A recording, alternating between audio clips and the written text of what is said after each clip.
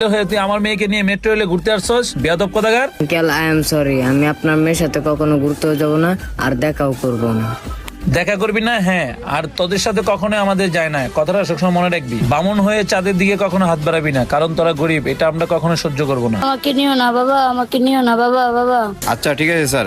এই চালু করে চল, স্যারের মেয়েকে নিয়ে মেট্রো রেলে ঘুরতে আসো, তোর আজকে খবর আছে। সকাল থেকে বিকাল হয়ে গেল, কোনো বারাটালা পাইলাম না, স্কুলে দিলাম পোলাটালা তাও পাইলাম না। এই মুরব্বী, আপনার পোলার কত বড় সাহস আমার স্যারের মেয়েকে নিয়ে ঘুরতে যায়? কি বলেন? আর তোরা স্কুলে দিলাম, স্কুলে পাইলাম না, কি কারণ? এই লোকের বাচ্চা, রাখ তোর কথা। তোর কত বড় সাহস তোর পোলার যে আমার মেয়েকে নিয়ে মেট্রো রেলে ঘুরতে যায়? আরে কি বলেন স্যার, আমার ভোলা আপনার মেয়ের মেট্রো ঘুরতে গেছে।